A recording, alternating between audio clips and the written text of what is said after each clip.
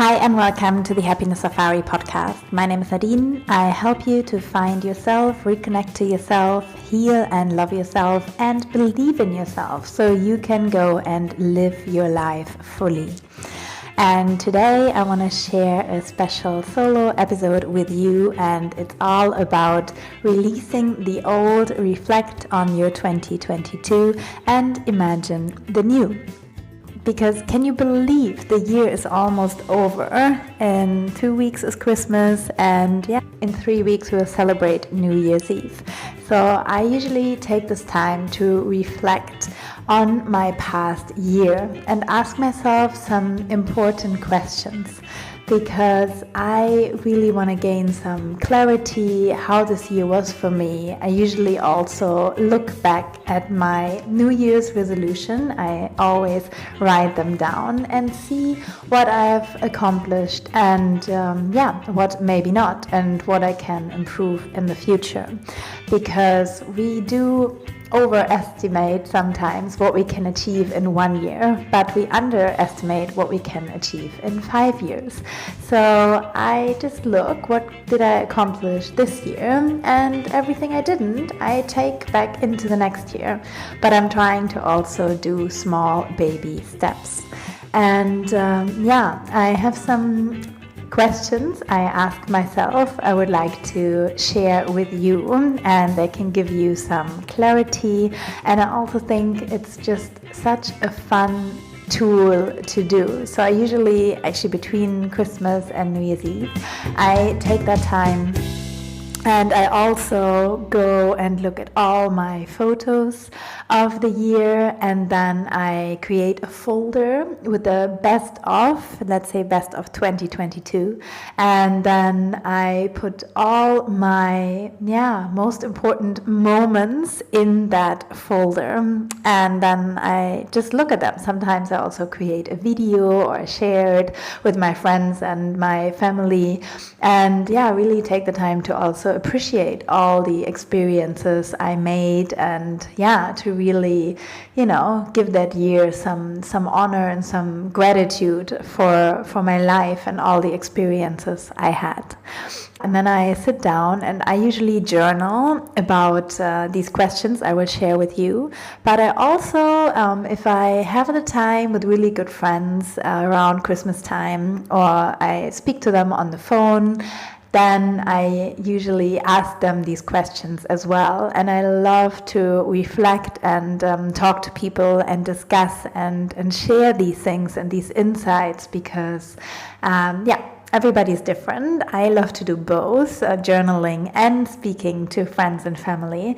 But whatever works for you best, you can do it by yourself. You can also just read them and answer them in your mind, but you can also discuss them with friends and family.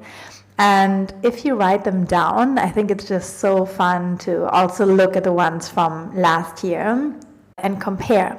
Because what I do next is then ask myself also questions for next year, to make a plan. What do I want to achieve next year, or what do I want to learn? And now I already gave you some questions. And then I look back and I see if I actually lived up to that, what I thought my life would be a year ago. And coming back to the reflecting questions. So I give you just some examples, and then I think you get the idea. But for example, I love to ask myself, who has particularly influenced my life this year and why? And that can be a person you know, or that can be somebody you don't know. It can be maybe a coach, it could be a podcast, it could be even a movie, or it could be a book. It could be, a person you never met, maybe a person who's not even alive, maybe just something, you read or you heard somewhere and that really changed your life. Or maybe it was an experience. Maybe you went on a retreat, or maybe you did a course, maybe you had a new mentor, maybe you tried a new sports. So they are many different things. For me, I would like to answer these questions for myself. So I share a little bit about myself so you also get to know me more. And yeah, who has particularly influenced my life this year and why? And my answer is probably this podcast, because by starting this podcast, I get to interview so many incredible people. And, this is episode 58, and I think I've done probably 50 interviews, and the rest solo and best of episodes. But I got to speak to so many incredible people. And some of them I knew before, some of them I've never met, and some I met in person after, and I even created something together. Like I just did a retreat with Kasham, and I interviewed her on my podcast before, and that's how we met. And all these people influenced my life, and by starting the podcast, so many other things fell into place, and I didn't even see that coming when I started the podcast pretty much a year ago. So that is definitely a big thing for me. And then the next question is, what did I learn? And I love that question, because as humans we always want to grow. And so we always want to learn. And maybe in school we're not so interested, but in general, like, we always want to learn new things. And we always do learn new things. And I love to try and learn new things. So for me, this is really the perfect place here in Portugal, in Lagos, because there are, again, so many interesting people from all around the world, and they bring so many things here.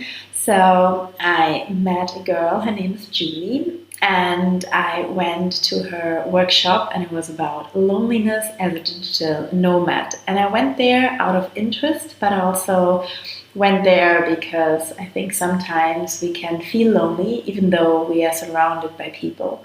And it doesn't really matter if these people are strangers or if they are loved ones. We can still feel lonely. And then she invited me and the others for an evening at her place where we practiced authentic relating. And that's what I learned. And it is basically being authentic with yourself and others, and true to yourself and others, and relate to others. So basically what the name describes.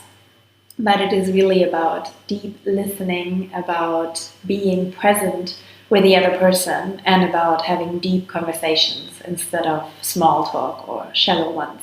And if you want to know more about that, my next podcast episode next week will be probably the interview with Julie. So I interviewed her already, and I will publish it next week. And if you want to learn more about authentic relating, then don't miss that, because that was truly a life changer for me, and I'm trying to implement this now in all of my conversations.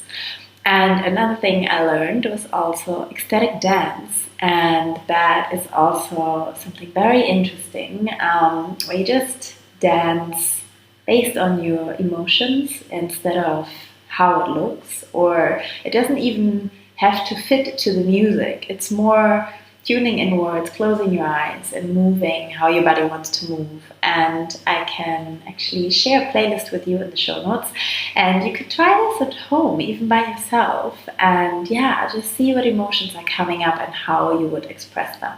But here in Lagos there's also a lot of ecstatic dance, and I also do that now after my full moon meditations. And I think it's a super nice thing to do. If you've never tried, then try ecstatic dance. And then another really nice question is, what was my biggest success this year, and how did that start? So I think my biggest success this year And I had some, and I think the small ones count as well, right? So maybe even if you go for the first time to a yoga class, and even if you feel you haven't done much, but you showed up and you tried. So there are a lot of successes like that.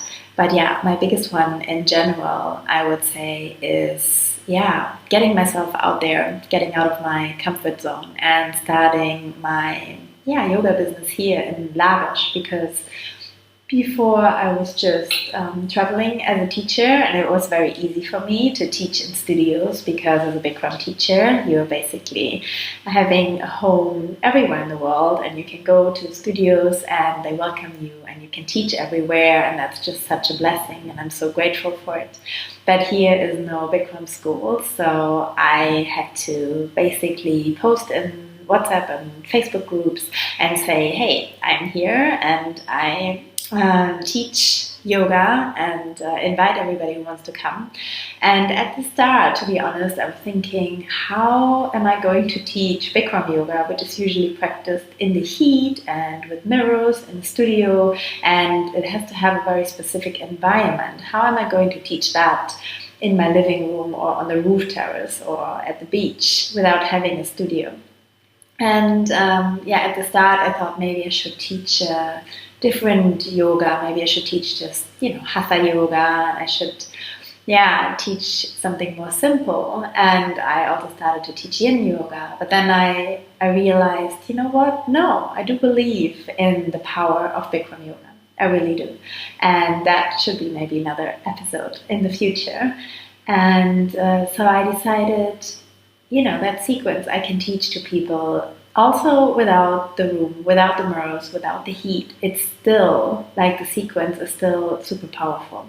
And I, taught this style of yoga to many people here who've done it for the first time. And I really thought I couldn't do it, and I did.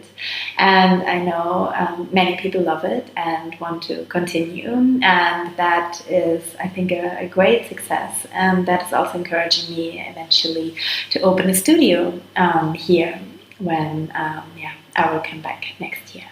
So that was my biggest success, and I hope that question inspired you as well. These are the questions I would ask myself, and actually many, many more.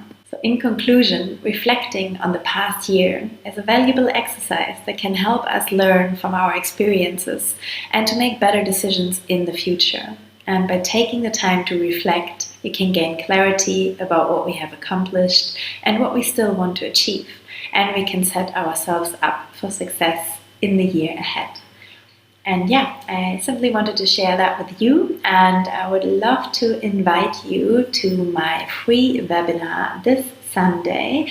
It's on Zoom, and it's about reflecting and releasing 2022 and imagining the new, designing your 2023. So we will start with these reflecting questions and journal, and then I will do a meditation with you where you will let go of this year and everything you don't need anymore, and you will visualize your 2023. And then based on that, you can set your goals or write your bucket list or create your vision board for next year and feel empowered for the years to change, to look forward to the next year without any baggage from this year. And this is happening this Sunday at 6 p.m. Portuguese time, and that's 7 p.m. in Germany and most of Europe. But I will put all the links in the show notes of the Facebook events, also on my website.